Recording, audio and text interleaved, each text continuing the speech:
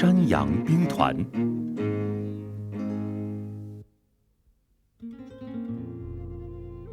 从前，在一个遥远的地方，有一个穷小伙。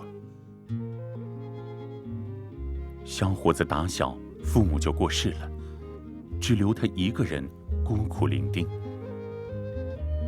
他很穷，身无分文，也没有亲人，只能去当牧羊人。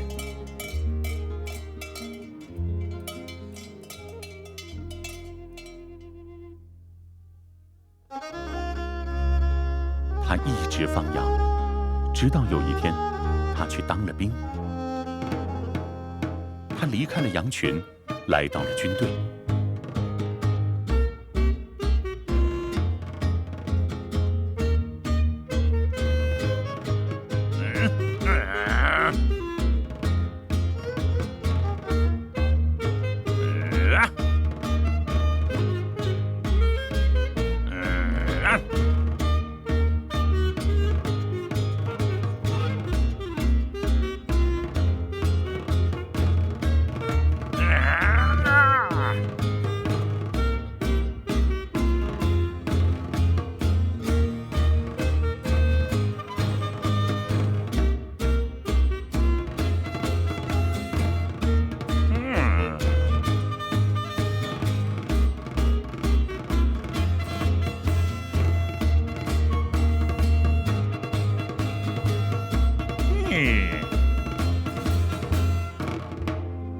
在军队里，他当了3年兵。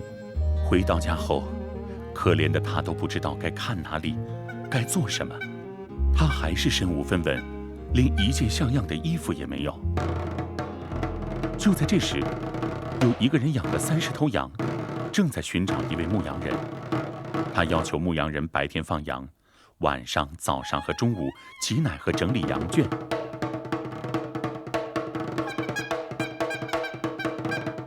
这工作对小伙子来说正合适，于是他就去干活，开始在田里放羊。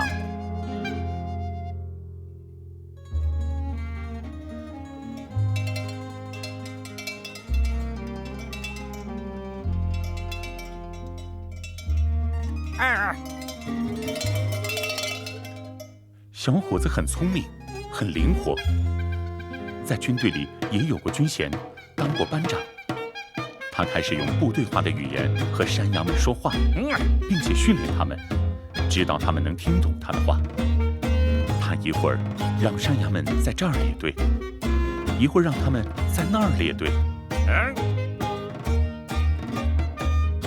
这样那样。很快，山羊们开始习惯他的命令。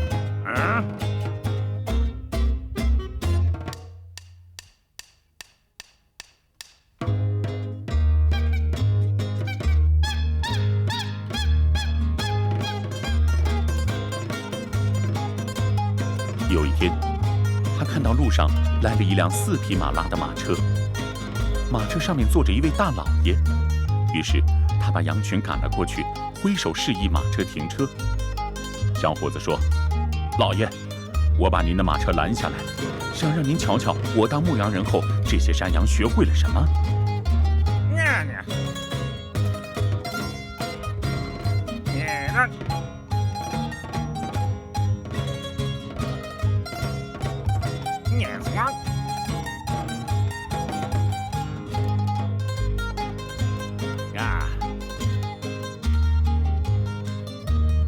马车里的老爷很喜欢这些山羊的表演，他问道：“这些山羊士兵是谁的呀？”“啊，是这位先生的。”老爷很喜欢，买下了这些山羊，但有个条件，就是让牧羊人跟着羊群去他那里住上1个月。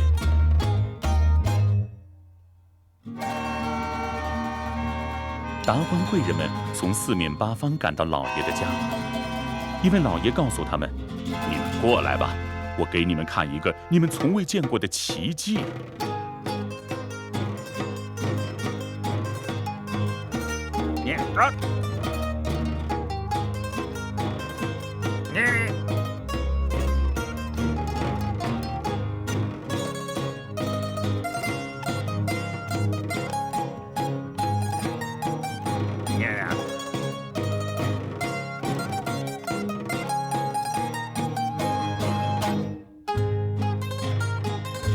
一位国外的先生特别喜欢羊群的表演，求老爷卖给他，老爷爽快地答应了。